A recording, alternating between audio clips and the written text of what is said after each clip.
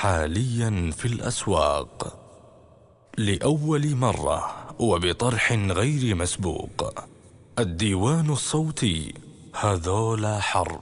انشدوني عنه وش مخوي وش سوى يوم خوال المطر والمطر معي خوى.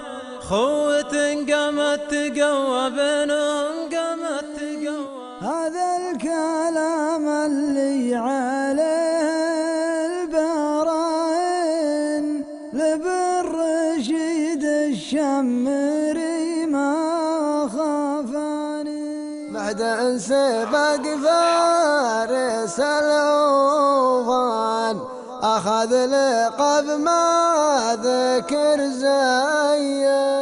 بغى يموت الوايلي من سبابها.